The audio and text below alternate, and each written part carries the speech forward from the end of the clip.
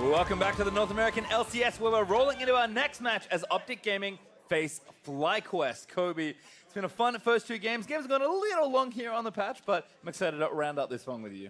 Yep, and it's going to definitely be exciting here because OpTic, even though they have started 0-3, they have definitely been fighting a lot, through a lot of those very tough opponents that it started with. Well, first up, selecting blue side for game 3, it's OpTic. In the top lane, Zig. In the jungle, Acadian. Mid laner, Power of Evil. Bot Arrow, support Lemonation, and their coach, Zabutin. And facing them on the red side, it is FlyQuest. Up top is Flame in the jungle. And in mid lane, Keen. Bottom lane, Wild Turtle. Support, Stunts, and Coach Rapid Star on stage. Well, while OpTic Gaming have made clear they're working towards cohesion, it doesn't make their 0-3 start any more promising. Yeah, I mean, we just talked about it. They have started 0-3. They had some very tough opponents, and a lot of the losses did come from some late game mistakes, which can sometimes be the most mentally taxing type of mistakes because you get to this late game, it's very tense. You feel like the game is within your grasp, and to come away with a negative outcome from that so often can start to take a toll on the mentality. But it doesn't look like it. Look at the smiles on their faces. Looks like they're holding strong. Certainly are, and the contrast, of course, is to the more happy-go-lucky FlyQuest, a new-ish squad who have two back-to-back come-from-behind wins, which is much better for your mental state. Turtle's mental state is always happy. Have you seen his face? I have. Permanent smile. And people were really wondering with this team, what is the late game leadership going to look like? What's the direction for FlyQuest? What's their identity? Are they going to try and go for? And it actually has been a lot of comebacks for them so far. I mean, they had some more late game team fights, just like OpTic have experience in their games, but a lot of them have turned out positively. They've had Onda on Zac quite a lot, initiating for them, come up with some big crowd control plays, and they're definitely happy about getting those victories early on, but the differences in the games have been pretty small. Well, we'll see what happens here in the draft. We've got Cogmore banned away first by OpTic and Orianna, actually for FlyQuest, so taking that one away from Power of Evil. Yeah, of course, we'll stick to what he likes, whether you like it or not. Power of Evil, we know what he likes. The Gnasher's Tooth, Orianna. Not going to be the case here. So maybe he'll just have to delve into the rest of the trio of mid laners we've seen everybody else do. Not going to be Azir, though. Meanwhile, Kog'Maw, the pretty much premier AD carry at the moment, as we said, skills so insanely well off of Rageblade. Pretty much from ban, and not going to be the case here. Ballista, though, definitely available and could have some more early game-oriented plays. Wild Turtle definitely known for that champion. Yep, certainly a pick he likes to play as Gangplank is the ban there for OpTic. Joining with that Rise, Azir was the second ban for FlyQuest, and Zoe will be the final one, taking that one away from PoE. Ooh. Quick little shout out there to Licorice from the last game with the Camille Hover maybe, but Ezreal will be the one locked in. Arrow had a very impressive Ezreal game. This guy's individual performance has definitely been up to par. A lot of people questioning after the way he ended last year, if he was going to come back, that well-rounded, is going to be in fighting shape, and he definitely has been. So good early pick here with popularity of Kleptomancy Ezreal still thriving. And there's a Gnar actually for FlyQuest. We'll see what they want to take as their next pick. It is Varus actually for Turtle, so certainly taking an aggressive stance here in the 2v2. Yeah, I definitely have seen a lot of Varus into the Ezreal as far as the wave control and the early lane control, trying to get there. Also a Rageblade user, one of the better ones, aside from Kog'Maw, who is the premier. But we've seen it strong early game into a strong mid game. Meanwhile, there's been a lot of pick oriented combos with Lemonation whenever he's in a bottom lane, Morgana and the likes there. So very curious to see how OpTic would round out this bottom lane, because they can play for lane, even with the Ezreal, who we often talk about, can be left alone. They've also been really poke heavy before, so a couple of different looks, and they don't give away too much. Meanwhile, you talked about Power of Evil. Does what he likes, his favorites. Yeah, there's Syndra actually, Tom Kench also joining in, so very defensive-minded bot lane there, but protecting Arrow, who has been such a good-looking carry, despite the record OpTic currently shows. is a nice pick here, and I think one of the best melee supports currently in the metagame. Yeah, and everyone always thinks the defensive, eating someone out of a stun or something like that, which is, Devour is probably the most infuriating part of the kit. However, in combination with Ezreal, there are a lot of offensive capabilities with Tahm Kench's ultimate. Post level 6, Lemonation can actually, create some very big map movements. It's not global, but it's kind of semi-global, we'll call it, as far as a third of the map you can try and traverse there and come up with some big tempo plays, basically, with Tahm Kench to try and turn the tides. Well, 2 games and 2 Taliyah games, interestingly, as Kane counterpicks the Syndra with Taliyah. Usually that's the other way around, kind of cast back to the metagame of last year, but we'll continue on as the bans continue. Rengar banned by FlyQuest, keeping Acadian off his aggressive jungler, and OpTic taking away Zac, so giving Anda off the tanks. Yeah, I mean, those two seem pretty clearly associated with the players. I don't know if OpTic would actually continue with Rengar picks, though, because Acadian was talking about, some of the difficulties now with everybody running so many tanks and the later game stages where Rengars have difficulty getting in. I do, however, really like the targeted Anda ban here with the Zac. He's gone back to the champion, and it has been a very big playmaker for the team, so excited to see what he gets pushed down to, actually, as far as the tier list. Yeah, on band away, there's Sejuani also joining in as another tank jungler. And what if FlyQuest want as their first pick here in Phase 2? It's probably Jarvan. Ban 2 tanks. They're going to pick another one who can build pretty much full tank here. Options for Jarvan. And Jarvan also just happens to synergize very well with Gnar. You can create more terrain with either Jarvan or Taliyah for him to Gnar people into. So basically there'll be walls all over the place for him to land stuns into. Even if they don't fight in the jungle or anything, FlyQuest can create their own jungle. Well, we'll see how that one works out. I mean, I would love to see a long-range Taliyah wall into an Gnar ultimate, but I haven't seen that one too often, as looks like Maokai throwing all the way back here, and there's Kha'Zix to round it out for Acadian. I think we've seen Maokai now relatively recently, but certainly not what a lot of the top laners have been playing. I'm actually a very huge fan of Maokai Kha'Zix combos.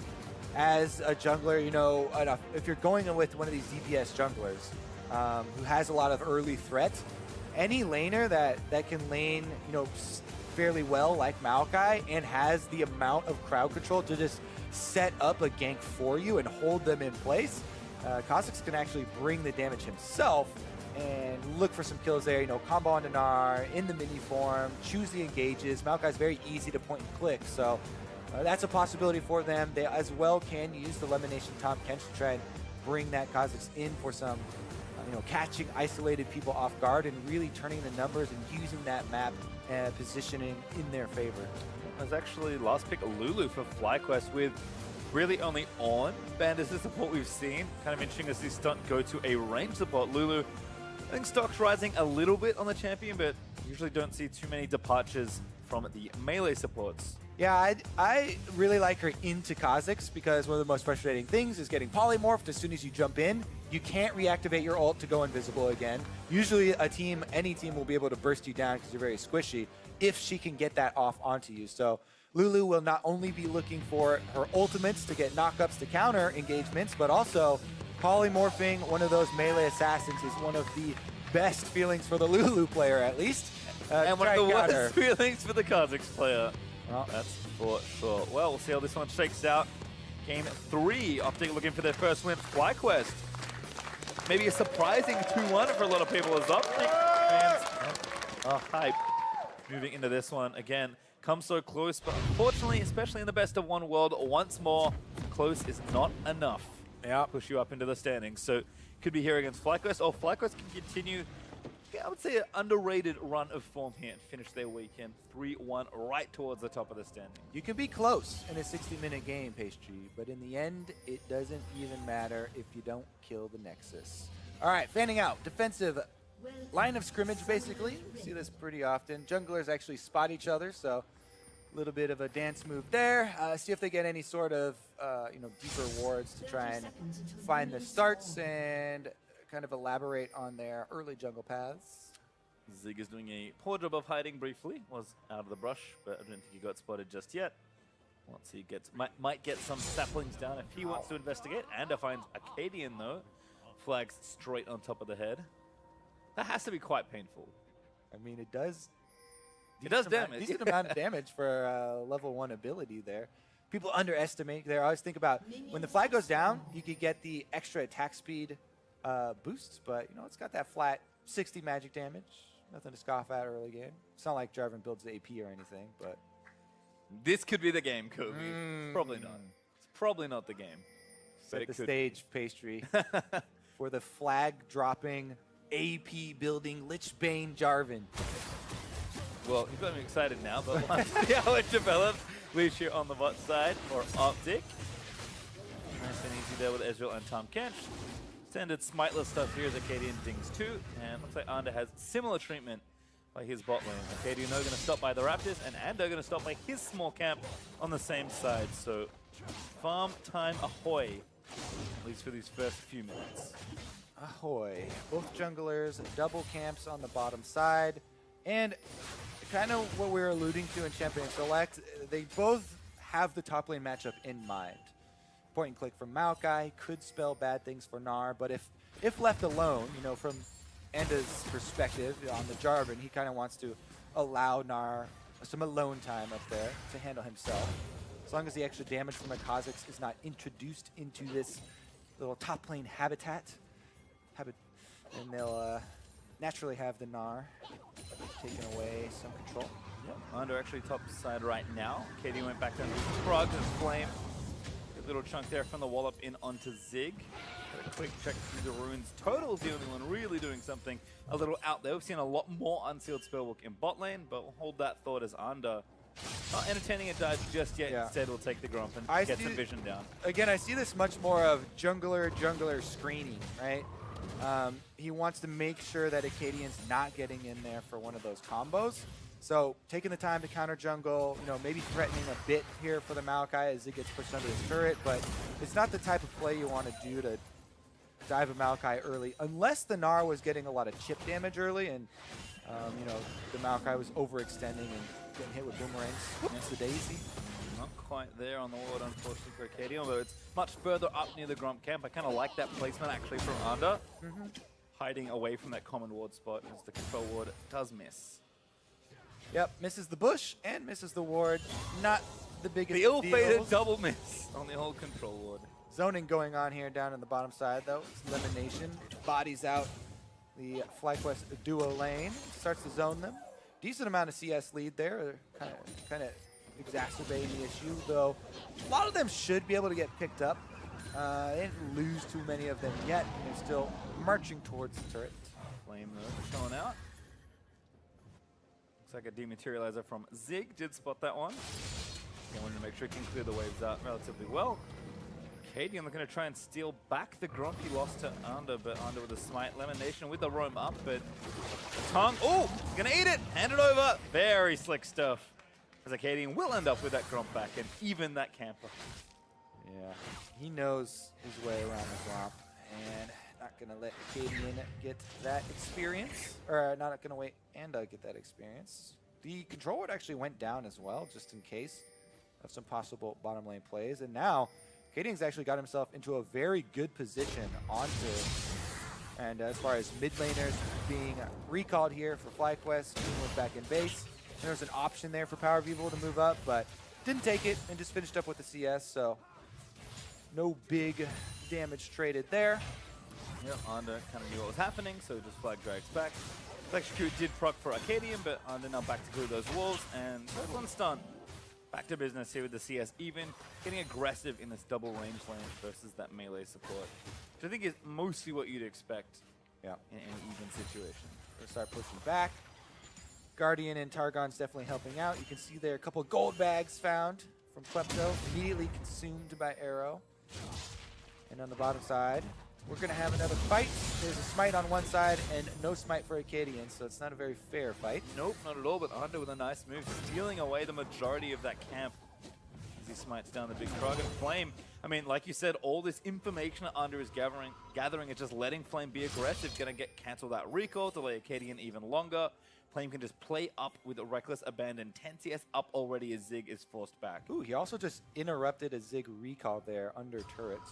I believe he took one tower shot for it. Definitely worth to delay because you lose out on maybe another minion or two as far as the melee's there. And see if the tower shot might grab one more. These are the small, incremental little plays, though, that do start to stack up, right? When they're not big kills going on and not big vision power plays going early to set up those sorts of movements, these little lane mechanics really do go a long way in these matchups. So it is really all about controlling those minions and getting the teleport timers and advantages from these 1-versus-1 matchups, because Gnar now, level 6, Flame is actually going to be able to get off his first purchase here probably, as Acadian actually goes to answer and jumps over without even seeing the Gnar fully recall, but does get some of the small ones here. Still behind that one level. Oh no, oh, it's a tragedy. And that Q went very Who hit high. me?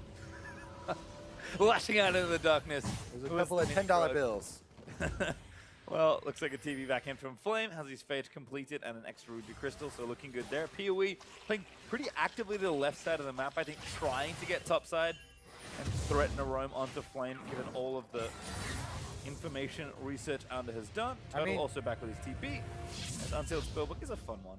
Yeah, and I mean, Power of Evil, you're talking about, he can even look to threaten Keen in his own lane now that he is post level 6, the Syndra ultimate is available. That's why Keen has picked up a very early Null Magic Mantle in this matchup. You talked in Champion Select Pastry about how Syndra picked into Taliyah quite often in the past, and it was for just killing her before she roamed. Yep. No, but trying to get that stun down, unleash the power. Keen has his eye on it though with his early magic resist. Yeah, looks like Trent's coming right up, although both mid laners just farming it out for now. Quite a lot of gold built up. Keen, though, going to take a recall, should speed back to lane. PoE probably do something similar soon, although Keen calls next Goliath and actually hangs out for a little while longer. Acadian, though, will keep tracking where he's going, taking that red buff. Might look back down here towards the bottom side of the map as Arrow continues to play up a little more, despite Turtle having, I guess, not really a CS lead, given that this wave is coming in. But again, trying to play aggressive. Late on the Devour there for Lemon, but no proc on the Blighted Quiver there for Turtle. Airy still doing work though for stun. Yeah. I actually, post level 6 too, there definitely is a possibility for a bigger play from Acadian. Kha'Zix feels so good once you get that level 6 and immediately can evolve your ultimate. The options for ganking are almost unlimited, as you can walk through a brush in any lane, mid, top, or bottom. Let's take a look at this face check first. Underload actually wards first. Keen has a priority, so he's able to come down. And neither mid laner has recalled yet. So again, continuing to do a great job tracking Acadian, and at least this same story, Flame looking for the solo something, but doesn't quite get it. Slams him for a bit of harass and maybe realizes, that's too much. Yeah, look at that though. He is slowly wearing away at this Maokai, even with the biscuit delivery coming in, minion dematerializer, you know, all those sort of inspiration quirk methods used to help out with the laning of Maokai. Still getting bullied by this Gnar, who has got the alone time. Ooh, nice Mystic shot there on the Turtle at the end for a little bit of extra damage from Arrow. As we said, he's been so accurate with his champion this year. Quite a good start for him. And with the push up there, FlyQuest going to be able to get a very big prize, honestly. Mid lane is shoved in. Keen getting the presence there with Taliyah. Bottom lane also roaming up, and that is a very valuable early Drake. Yeah, we've had a lot of Cloud Drake first in our games today, Kobe, so Inferno prompting the action much faster as FlyQuest take their first Drake under 10 minutes. PoE was also recalling, so part of the reason they had all that space good work by the mid laner and jungler of FlyQuest. And of course, Taliyah's now going back. Pretty equal in that mid lane. Again, Keen just trying to get out, pressure those lanes, and stay safe. Because Merc Tread's now finished. Here we go. Maybe we'll see this. You can just reactivate your ult. Yep. And then Not there, but still good from Acadian. Ulti there from Keen. Burns the heal, does keep himself safe. PoE even flashing to try and get that kill. yeah, so here's what I would say for this game. What you usually do, try and tell your laner not to move any differently at all until you actually open up. Because Keen had some pretty good reactions there. He immediately as soon as Power Evil moved an inch up, started to respect it and back up. Here we go, Lemonation does find himself a Pixie. Yep, getting eaten, but back towards the blast cone for safety. But revisiting that attempted gank, I would convey to the laner, don't move at all, because Kha'Zix can just go through that brush, then reactivate your ultimate, and walk up to auto and save your leap even, so you don't even reveal yourself. You can get an auto Q before the enemy laner even has time to react, and usually they'll waste their flash at that point, rather than only getting the heal by kind of running at them and charging like that. Because you also get the slow from your auto, and that allows your laner to catch up and stuff. But it's a very minor thing. And now Acadian still has ult available to use, having just used his leap instead. So, for the trade-off. Too hasty though, I think. Kane survives. Kind of losing the minimum there in that spot. Here we're pushing up though as Kane returns after the attempted gank. So it'll also dodging what he can. Arrow continuing to play very well in this lane despite the, let's say, somewhat disadvantageous 2v2 matchup. Ezreal very strong. Mystic damage. Mystic shot base damage still good here on this patch. And back to the top lane where Zig is having a real tough time. It's a very annoying Gnar. Yep. Just trying to AoE the minion waves down. Used all his dematerializers. And we have our first bit of a roam from Keen. You know, it is in combination with, and on the jungler, moving over through, getting vision in the red quadrant of OpTic's jungle. It will be annoying for Acadian to try and deal with. And it kind of really adds to that safety of Wild Turtle and Stunt trying to push, use that double range matchup. Under taking out Scuttle Crab as well, despite the gold lead being dead even between the two teams. Have to remember, Fly did get that first Infernal. Acadian up to it again. Shoves back is good. And Kane forced the flash this time. Yeah, they get the flash this time. Acadian did use his ult this time as well. Oh, bottom lane actually, another trade, and they've got the root. Ult by Lemon, looking to try and take down the time turtle. Like, uh-oh, I don't like this exhaust at all. Good slap, 8 flash for the devour there by Lemon, but exhaust counted there onto Arrow. Total forced to flash away Kha'Zix. He's coming and Stunt slow too. Yeah, they see the pings on the Acadian. It's a very speedy Acadian. Moby Boots ready, first blood, good to go. And just a spike. That's not enough for a kill. Yeah, what do we say about getting polymorphed? Feels bad, man. If you get polymorphed under the turret, that is rough. So he didn't want to go for the tower dive there. It was very close, but now they can force him off the turret, take the more secure damage on turret. Ooh. Response team was there. Under not quite nailing the knock-up, though, onto the Kha'Zix. But good turret damage here after that pressure from the jungler. OpTic's bot lane finding a bit more traction. And Turtle's TP's coming back up, but he doesn't have it yet. So might stick around and get greedy. Taking it on the red buff. Don't think Turtle will be around long enough for a punish, but you do never know. Yeah, back over onto a ward as well. And that's the value of putting all those wards on camps. Now they will be able to track Acadian. After probably a back, even though he's got Moby Boots here with the early Moby Boots Kha'Zix. Trying to get around the map. We'll see if he's able to actually pull off any of those kills, because they have blown the flash onto Keen now, so they do have that cooldown timer. And obviously your ultimate is going to be a lot shorter, but here comes that Tom Kench. Oh, Flame. It was all a ruse. The ultimate still chasing. It does finally root him at the very end after the flash. Gnar is not enough to protect him. First blood over to Arrow. Meanwhile, since everybody went topside with the Tom Kench ultimate, Wild Turtle trying to take down the turret. Pretty good move from OpTic, I have to say, though, because their top turret had very limited time left. Their bottom turret was already getting whittled down, so they made a power play, you know, try and get the bonus first blood gold, even though they're not going to be able to get a first tower gold. And FlyQuest was probably going to get it anyway. They get something out for themselves. They trade a little bit of that and switch up the lane matchup.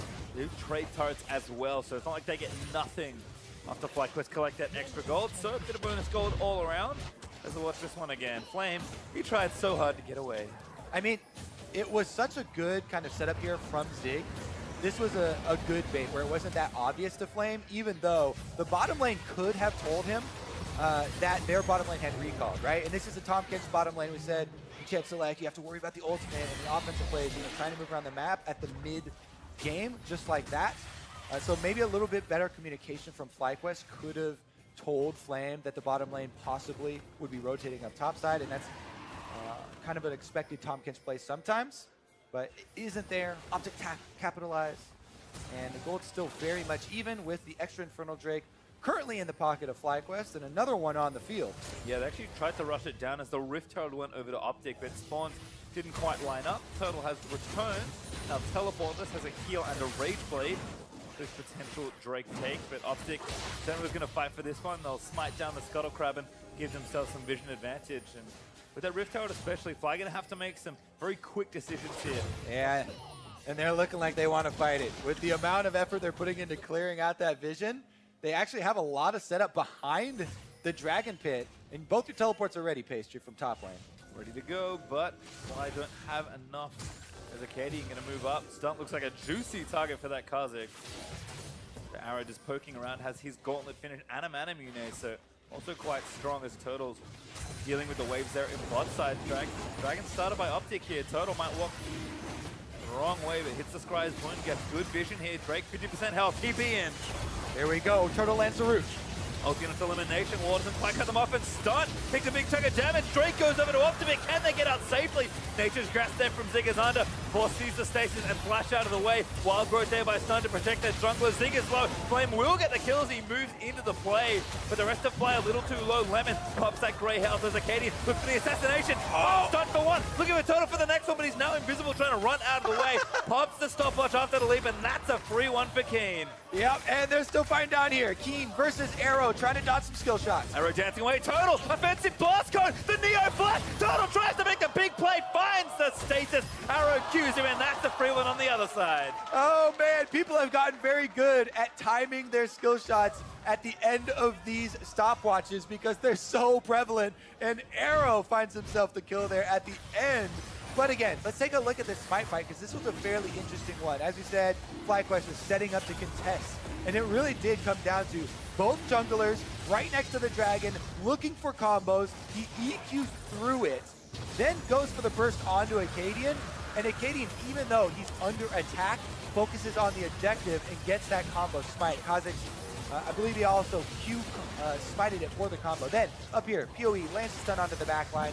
FlyQuest have Flame and Keen at full health, so they're chasing the low health members, but Acadian goes into the backside, gets his kill and assassination, uses his stopwatch, only to get shot down there by Keen right out of it, and then Turtle's about to do a similar thing. He blast cones over, thinking Keen is going to chase with him, but Keen is worried about the stun from PoE, which Turtle then uses his stopwatch in, but Keen doesn't move over to block the Mystic shot, which is expected to come out after that stopwatch. So a couple of maybe miscommunication between the two backline members of FlyQuest there. I think if they coordinated a little bit better, they might have changed the story from -1 kill to +1. But it's those small things in the skirmishes that are very hard to go over in the moment. Yep, and instead we have still a very even game. Gold lead basically locked between the two sides. 3 kills apiece and 1 turret each. How very nice. As they also even have an Infernal Drake each. Well, this game's lining up well. We're through 19 minutes. Mid-turret, they're going to try and break the stalemate. Acadian with the trump card. It's Shelly. There she comes, and one shot. Pretty close to one shot. Yeah.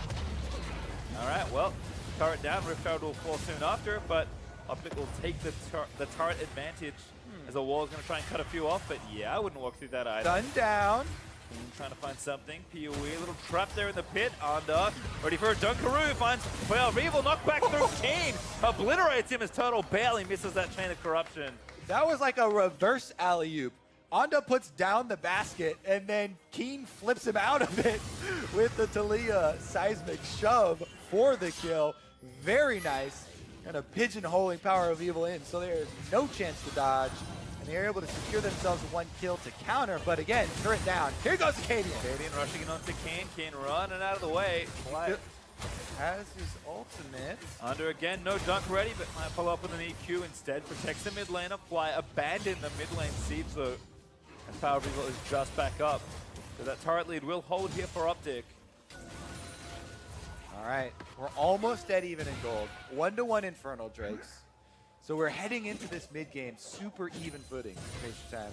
And we do have possibilities for picks for both sides. You know, the Tahm Kench ultimate, trying to get someone on the side lane with one of those rotations. But as well, Kina on Talia, as we just saw there, can corner someone. in that case, though, it has just been these single little picks, and we haven't had big game-turning moments or commitments from either side currently. Pretty soon, though, we will have another item completed for both AD carries, as Arrow's getting fairly close to his Blade of the Ruined King, and Wild Turtle as well. He'll be there pretty quickly, though. It's kind of funny to look at the gold and see it so even, but I just had a quick check, and Arrow is pretty far ahead of Turtle in gold. Pretty much all thanks to Kleptomancy, where Flame still holds the lead in the 1v1 top side. So you have to think Arrow with Klepto should be faster to get those item break points, and Flame can likely still abuse his 1v1 advantage, especially given that he's going for Frozen Mallet second as well. So there's two pretty clear points for these teams to try and attack, but they've got a minute 20 to make up their mind, because Infernal number 3 is spawning then. What a game to have triple Infernals. Got sick of those Cloud Drakes. All right, we're moving in here. A little bit of encroachment from OpTic, trying to get a lot of vision on their red quadrant here from FlyQuest, but so much of that vision should be spent around this Infernal Drake you mentioned, right? Because that is going to be the next site. It's the biggest neutral objective coming up here. I mean, Baron is on the table, but it's so early that the Baron at this point would be very dangerous. So OpTic might go for a big play and actually pick someone off around this Baron, but more likely the standing vision from FlyQuest will give them barely gets him with a chain of corruption. Elimination forced to flash out of the way. Wall riding here for King, going to try and cut them off behind him with a good knock up there. Lemon again, still the target, knocked back by King with the seismic shove. Turtle claims the kill. Double TP's coming in. His Flame in Mega form as Marco lets the Nature's Grasp rip under. Needs to be protected as Turtle backs off towards the Power of Evil. Maybe looking for another stun. It's only the one kill though. Yeah, which one's going to get the first pick? FlyQuest started out. Wild Turtle with the Varus ultimate. He did use both summoners, and now the Infernal Drake coming up. Great timing for FlyQuest here. OpTic, they can use Lemonation's Tomcat's ultimate to get here, and the respawn timers this early are very low, so OpTic still can think about contesting this one. And is also really low, but his Warmogs is finally ticking in. FlyQuest will have a brief 5v4 lead, although Lemon is back up and running towards the objective. Looks like OpTic do want to fight again. Yep, it looks like Lemon uses his ultimate, joins the party. Drake's still at 4,000. Ooh, good stun. PoE finds one stun for towards himself. PoE though, will get the kill into stun as Arda dives into the backline with the Cataclysm. Acadian just trying to find a reset. There's a double kill for the Syndra as Arda goes down. And now finally Acadian gonna look to make the play. Zig a little too deep. Well up there after the nose, not quite enough for Turtle. Needs to finish up these kills, but a stun from Syndra is gonna secure yet another one as OpTic. Pick up the delayed triple for the Syndra King. Forced to flash out as PoE wants that Quadra. Not gonna grab it, but that's a massacre. Oh my goodness. And Zig with that flash engage, sacrificing his life for the extra kills here. OpTic now very securely will take up the prize of this Infernal Drake and go up an extra, not only a bunch of kills, but also some bonus damage for later in the game. And 3 Infernals done. The next one is, of course, Cloud Drake Kobe. We found it. It made its way into the game. We've run out of Infernals. You can only have 3 that is true. of each type. And the game has exhausted itself. So now all the attention immediately will turn over to Dance Master Baron. All right, let's take another look, though. Lemon dies and gets right back here with the Tomcat's ultimate. And he immediately is going to eat Power of Evil, devour him out of the engagement from Anda here, who was able to jump in, find the back line, pay for it with his life, and then they're like, okay, they got a pretty clean victory in that fight, but then they engage it and try and push it more here. In the end, they do trade the top laners, and they get the extra couple of kills here, as Wild Turtle also goes down. But man, what a scattered little fight they did have in the jungle. OpTic feeling very confident now. Even though they are down in gold slightly, technically, I guess, a few hundred. A few hundred doesn't mean everything. It doesn't mean anything, actually. It's much more about the gold placement and the extra prize of the Infernal Drake. Well, still up. Not quite as hard as King. Just gets shut down. Nice stun from PoE. Sets that up. Caught splitting. Always a tough time. And this is kind of what you were talking about. Yes, we can point to Flame and King having great side lane pressure, but Acadian is so good at assisting with those pickups and just picking off the people trying to split push you. All right, vision has been set up. OpTic going for the bait around Baron. They get a little bit of damage on Flame. Aggressive Arrow, making another there for Flame, gets some health for himself, but Arrow dishing out the deeps with 3 items now completed. Blade of the Ruined King hurting the Flame, who's really just built health as far as total defenses go. Has not found his way into a real tank item just yet. Again, great sideline pressure 1v1 versus the Maokai, but OpTic picking up the pace of this game. Yep, Acadian wants a piece of Anda, and he's gonna get it. Anda wants to go in. Oh, he traps 2, but that might not be it. Smite onto the red buff for a bit of extra help. Anda low. As the ult's not enough with the help from Lulu's shield. True Shot Mirage won't find it. Power of Evil getting low. Exhausted. Goes down to Keen. As Acadian picks off Anda, so a 1-for-1 trade mid laner for jungler. All right, we've got blood spilled on both sides. In the end, though, map control is on OpTic.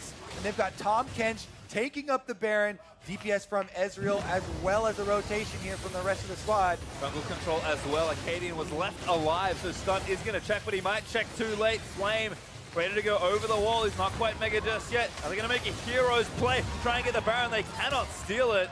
Acadian with the smite, and OpTic pick up the first real lead of this game. Yeah, that was a big skirmish for themselves. Now they've got the Baron to push with, break down the rest of these turrets. Take another look at how it happened. Kha'Zix loves these closely packed rushes. Walks right up to Anda to start it out, and he keeps Lemonation in the red buff bush right next to him. They're completely well aware that the re-engagement will be stifled there by the Devourer. Then Acadian loops back around, keeps his eye on the bottom of the screen there, you can see, and finds the kill. He finishes the job, assassinates Anda, and that allows them to have that jungler advantage. There's no smite on the enemy side.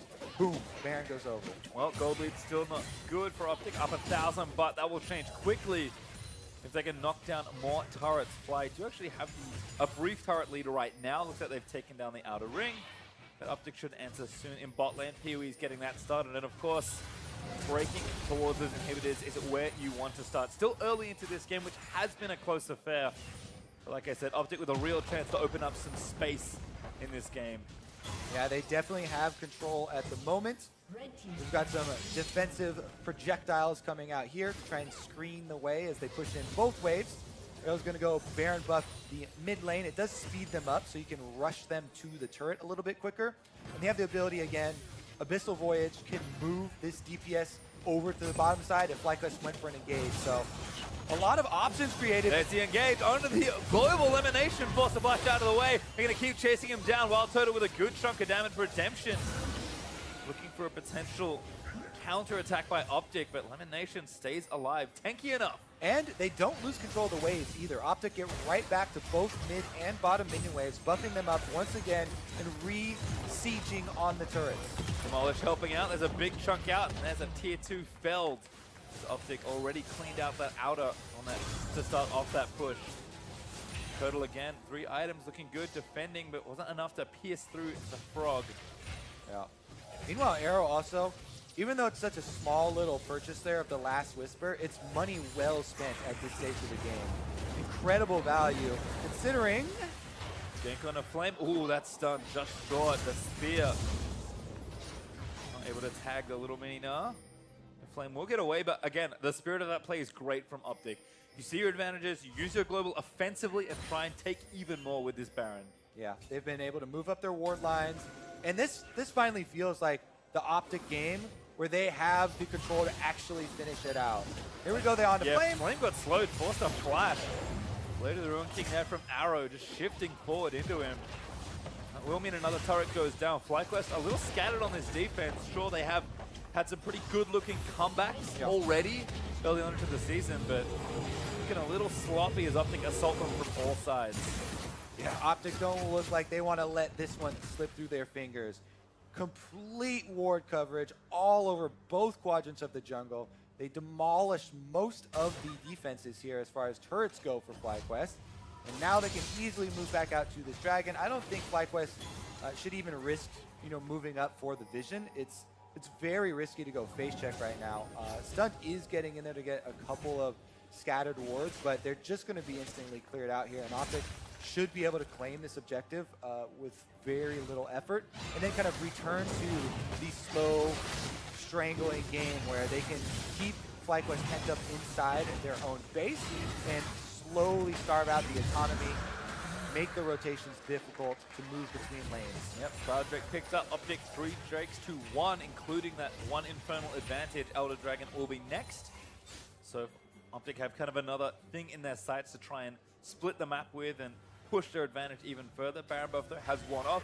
A decent Baron power play. Didn't quite open up the game nearly as much as they might have liked, but still holding 3,000-4,000 gold ahead. FlyQuest still trying to defend their turrets. Yeah, we have a while to go here. Red buff is about to spawn, so they could grab that one first. Never mind. Power do of not. Evil almost takes out the dual lane with one rotation of spells. Turtle and Stun. Taking damage from the death cap completed Syndra. That is an aggressive Syndra build. Yeah, I mean, there's definitely burst damage all over the place here on OpTic. And this is something that we haven't seen a tremendous amount of, you know, with the prevalence of sustained damage and tanking, you know, defensive compositions building around the 80 carries. A Kha'Zix plus a Syndra definitely have one-shot potential, and you can see it in action.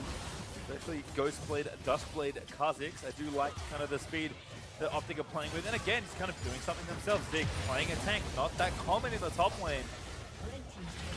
Carry style jungler, a signature pick for Power of Evil that is much more early and mid-game focused. Like OpTic know that, you know, the best way to pick up wins early is to do what they know best. And as far as we know from what we've seen historically from the players on their lineup, this is kind of a nice switch to me. Trying to pick up their first win here and move themselves further up in those standings. FlyQuest again, still more than within touching distance of this game, but gonna have to weather quite a lot with just how powerful OpTic is at this current point. Yeah, I think it will be, again, some sort of creative play with one of the terrain creating champions and a Mega Gnar from Flame. If FlyQuest want to get back in this, they're going to have to create their own advantage by, you know, singling out someone from OpTic, catching someone out of position with their mobility. And then, you know, Varus Ultimate or engagement from Jarvan is something to try and lock someone down while they can pick them apart. But right now, not going to happen. OpTic are grouping right back up. Not going to let anyone isolate. Turtle's flash ults have been good on Varus. And of course, with some reduced summoner spell cooldown, can do it even more often. Turtle looking, but just poking in onto Zig. Knows that that's not a good target for potential pickoff. So it does look like FlyQuest are gaining position on the minion wave, but OpTic are gaining position on Baron, which is 23 seconds away. And as long as they clear out the minions, even if FlyQuest are the ones standing in that mid lane, or were, OpTic can pull right back to the Baron and force them to come into the fog of war. Again, OpTic just sticking together. Oh, King trying to cut him off, but Acadian's found King already. Isolates him and takes him down. Under drives straight in, but he's down to Arrow. Just took too much damage on the entry. Turtle, Wild Growth up, gonna try and pick up Power of Evil. Power of Evil just destroys him with the unleashed power. Lemon Nation on the chase, has Zig there as well, forcing Stun to flash away. That was clean. That was clean. That's going to be a Baron for OpTic. They took out 3 members, including the jungler, so quickly from that side swipe here on the mid lane. And you have to give props to Acadian. Playing a Kha'Zix in competitive and against, you know, comps that have multiple tanks like this and a Lulu, it is definitely difficult to find your openings to get not only an isolated target, but an isolated primary target of Keen. He finds the mid laner here on the outside. You can see Acadian, you know, they have full vision control, and Keen out here is isolated by himself on Talia. Boom, Acadian shows up. He did a good job of chaining his ultimate activation right after the Rush passive. So he never was seen, gets right in out to the primary target, completely demolishes the fight. That means, in the end, Turtle trying to flash and get the last auto onto Power of Evil. You know, in the end, it was still going to be a one fight for OpTic, but they just won it that much harder. Yeah, and still going strong as well. Baron buff up for pretty much the full duration on this seed. Power of Evil going to drag the blue buff over, gets that for himself. Now level 18 with a finished Rylai's to add to that build. I mean, the carries are not safe here for FlyQuest under this card. If they eat a stun, it's going to be all the Lulu cooldowns in the world to try and save Mizanda. Dives in, massive stun from PoE. Gets the others, and Mizanda just can't do anything. Too much damage on the OpTic side. Yeah, FlyQuest feel like they cannot get a punch off in this game as OpTic continuing to steamroll ahead. Mid lane turret now going down. Steamroll keeps rolling. Arrow poking onto Turtle, moving these minions up, pressuring this second inhibitor turret. OpTic looking for a double play here as Lemonation steps forward toward Flame. Power of Evil looks for the stun, will not land it, but inhib 1 is down. Inhib turret 2 falls about at the same time. And now that second inhib is going to fall. In fact, OpTic might go for the throat here under 15 seconds till he's back. Most definitely. OpTic here with Baron buff, making the push. Nature's grabs from Zig, cuts off a couple there with the Weaver's Wall. Kane, though, not quite enough. Nexus turret down, Flame forced to hop away. OpTic can see it. They've had too many long games, too many losses, Kobe. Gonna try and end it all here, but Under's back. Yeah, this has been some controlled victory from OpTic. They sniped down Flame. He's got to go back to the fountain, and they're going to complete the outer ring. Another inhibitor about to fall. Enough time to keep the push going. Baron still up for a while. They might just take the fight and take the game. Inhib down, Under forced away with the flag and drag. They have a minute 20. They will wait for these minions. No, OpTic a little too scared of just throwing it all away. They do have Baron for another minute. They should easily be able to retract and grab the Elder Dragon here, but you're right, there was an option of staying there and just continuing out to clear out 2 more minion waves and utilize that to try and end, but this one takes all options off the table. You said it yourself, they're tired of having any sort of late game shenanigans where a game will slip through their fingers, and this one is going to be by the books, remove all options, as now they'll return to the base with double lines of super minions heading in and the extra Elder Dragon buff on top of them. Remember, this is a double Infernal Cloud Drake Elder Dragon buff. Well, just spend all that gold as well. We'll see just how much in 30 seconds with the Baron power play as the Baron buff is wear off before this next push can happen. But Elder Dragon will be ready. They spent so much money in that last exchange. Power Reveal and Arrow a full build. As PoE collects another blue buff for himself. This will be a... Cadian wants a piece! Okay. I was going to talk about the defense, but now 5v4 as Acadian just slaps down Keen in about 2 to 3 hits. Flame going to be the next victim as Acadian picks up the double. Going to chase the rest of them down. There's only one Nexus turret left. Good luck defending 2v5. As Turtle also got picked off by Power of Evil. Hit him with the gameplay there on the Unleashed Power, and Zig's just going to ult them back into their fountain. OpTic looking to claim their first victory of the LCS season in style. They picked and played their way, and boy did it work out, smashing FlyQuest in this game.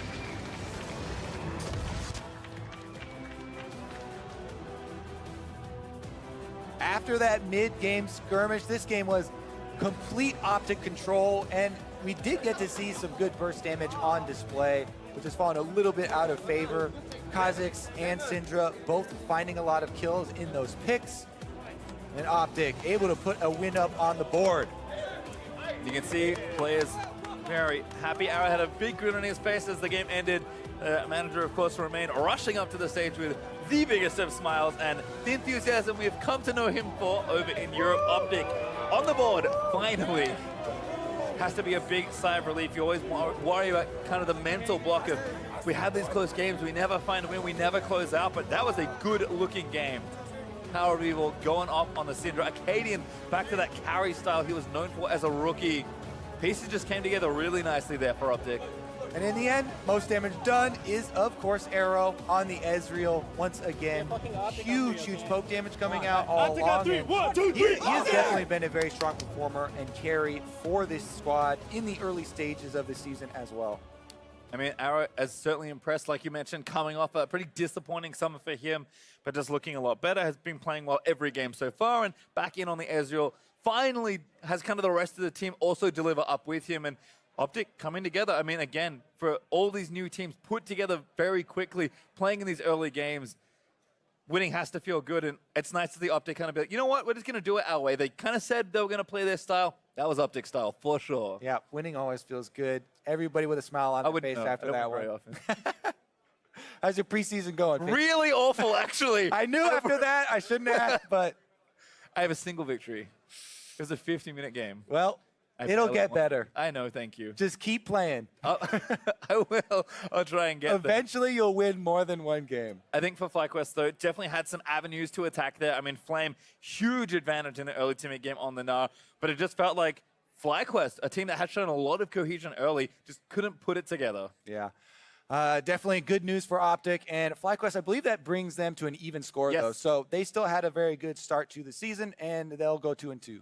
Well, for that, we're going to send it down to Queen Overly, long may she reign, and the OpTic jungler for more on that win. Thank you, Peasant Pastry. I am here with Acadian. Congratulations on your first win of the season. You guys were off to a little bit of a rough start, but you pulled through, and a lot of your games actually look pretty close. How do you and your team view those losses? I mean, it's definitely pretty frustrating to play through a bunch of games that go super long and eventually lose at the end. So I think we just talked about it. We talked about how our communication went, how we played the game out, and I don't know, we're just hoping next time we get into a long game, the same things don't happen, so yeah. You guys have actually had some of the longest games of the season so far. How do you and your team deal with that mentally? Deal with it mentally? What do you mean? Like, if it's a super long game, do you guys get mentally exhausted? Does it drag on? No, it doesn't really drag on that much. I think maybe in the TSM game, when the game it was dragging on to like 50, 60 minutes, you know, I was kind of getting PTSD from the 100 Thieves game, because it's so sad to lose after, you know, an hour of playing the game. You invest that much and you lose. So I don't know. We just try to pump each other up, try to make jokes, you know, make it more lighthearted when all you're doing is clearing waves for like 30 minutes. So yeah. Now, before, a lot of people were looking at you as like the rookie jungler, and today you played against Onda. Did it feel like you were playing against a rookie? I think in the current state of the game, a lot of jungling is based more on how your team plays rather than how an individual plays. So it's hard to see individual skill that much. So I think playing versus almost every jungler feels more or less the same, depending on. I mean, some junglers put a little bit more pressure. Some junglers seems like they're not really there, but they're just farming. You know, anything can be fine depending on how your team wants to play. So I think it just felt the same as the other ones that I've played against, probably. And I want to ask you a little bit of a personal question. I've seen on Twitter you say that you're going to put a pause on some of your vlogs and maybe streaming. Has the stop of that had a positive effect on you? I think, yeah, maybe last year I came onto the scene, got into the spotlight really quick, and I think I got too caught up in all the extra stuff for League. Like, there's all this social stuff, all these interviews, everyone like just talking to people, mainly just being social, like trying to get like a brand or whatever. But what it really comes down to is how good you are at the game, and that's a realization that I had last year. So this year my goal was basically just to not focus as much on that stuff and just make sure I'm an expert at the game if I can. So yeah. Well, thank you so much for this interview. Congratulations again on your win. And to wrap up this game, let's hear it from the analysts at the State Farm Analyst Desk. Thank you very much, Ovly. The Green Wall picking up their first victory of the spring split, moving to 1-3, so they'll be happy about that. But you kind of saw there, even in the interview with the Acadian, that this team does believe they could have won more, and maybe even inklings of frustration that they haven't. Absolutely. Like, I remember Kobe talking before the game about how difficult it is to lose all of those long games and how it's mentally taxing. And even after they broke through and had a quick finish to what was a close long game, that's not really a sense of elation. It's more of a sense of frustration that I was getting out of Acadian there. Yeah, it's definitely kind of like you saw it coming for a long time. Like, we're going to win a game, but after all those long losses, it starts to feel more of a relief than, like, you know, a jubilation, like, yeah, we're winning. Yeah. So I can definitely understand that mentality. And even, like, from a coaching perspective, long, hard losses like that are difficult to chew through in, like, a VOD review perspective. And it's hard to get, like, oh, here are a couple key takeaways. It's like so much happened over that game. And most of the time people are tilted after losses like that, so you don't go wait for it. Yeah, there's like a proper timing that becomes important, whereas oftentimes it's like, hey, we won or we lost, let's go back and maybe look at what we can do better for Sunday. Yeah, I do want to dive into the game a little bit itself here. We got the Kha'Zix for Acadian, still very much sticking to his roots as more of the aggressive assassin-style jungler, but what jumps out at me is the Maokai that was picked along with it. It kind of felt like it enabled. Yeah, so I think this is interesting because this is very similar to what OpTic did against TSM yesterday, where they're picking champions that aren't fitting the meta, but probably fit the current state of how the team is playing. Okay. So Zig being on Maokai makes a lot of sense because he had been picked into some winning matchups, which he ended up losing. So here they just picked him into a losing matchup and said lose gracefully, and that worked really well, because it enabled Acadian to play a comfort pick where he could dance around the outside of fights and then still maintain a front line. So that combination ended up paying off in a big way. mainly because of the way the players are playing. That, as well as the Zac pick getting banned down in the second phase. I like that a lot. We've seen Onda only play Zac and J4 so far, but the Zac was noticeably improved compared to the Jarvan. So give him the Jarvan again, and then as well, with that many mid bans coming in, Power of Evil still having a good game was very impressive. Well, to your point, second Syndra game here for Power of Evil. The only guy bringing this out. Great performance out of him. A crazy amount of damage when you have double Infernal Drake and Gathering Storm along with Baron buff, blue buff. I mean, he was dealing pretty insane amounts of damage in there, but he's looking fairly decent on that Syndra in this game. Yeah, and FlyQuest didn't have a great way of dealing with it. I mean, the 2 wins they've had has been Onda on the Zac, and Zac would have been great against Syndra, but here, when Jarvan did jump in, or when Nara did jump in, Lemonation was right there with the Tahm Kench, so it actually allowed Power of Evil a lot more freedom than you're used to seeing on a Syndra, and that's, I think, why he was landing so many stuns on people like Stunt, or Wild Turtle, or Keen, who are like backline members. You're wondering how a Syndra gets up that far, but it's because of the Tahm Kench. With that information out there, I want to dive into our only replay here, coming 33-30 into the game. OpTic picking up 3 for 0 in the mid lane. Watch Cadian and watch Power of Evil. And these are the two kind of key players, I think, for this team, just in terms of kickstarting the early game. Arrow's great once the game has started. He had a little bit of a slow start again this game, but in the skirmishes, he started playing well. And it is on Acadian and Power of Evil to really find those first couple kills in this fight. I mean, if you weren't eagle-eyed, you would have missed Acadian's assassination there at the very beginning of that clip, as well as Power of Evil essentially half-healthing Onda on his engage. Yeah, you see the damage right there at the very end, with Arrow still putting out the majority of the team's damage with 34,500. But I think what's more important to point out is the low damage numbers on FlyQuest, because I think most of their damage dealers were zoned out by the Maokai, who is a higher income tank and tankier champion than we've used to been playing against.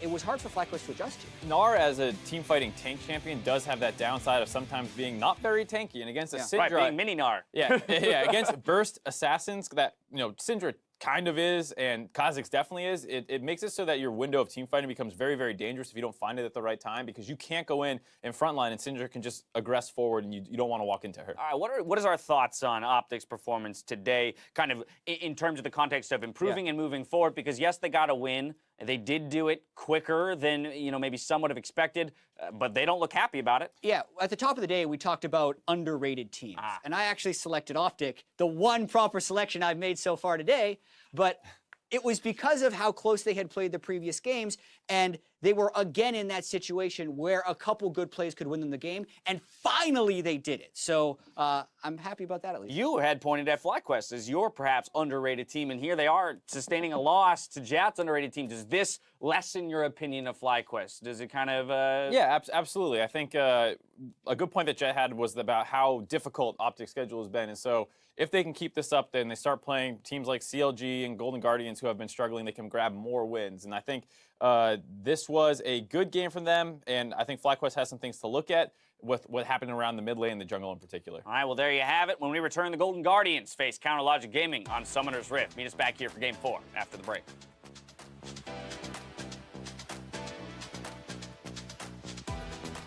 So we're going to win this one, guys. Trust me. Trust me. Trust me! We win this time. Arrow dancing away, Total, offensive blast code, the Neo Flash, Total tries to make a big play, finds the status, Arrow cues him, and that's the free one on the other side. I'm gonna get a flank, guys. I'm gonna get a flank from this side. Lulu dead. Okay, Lulu. Jab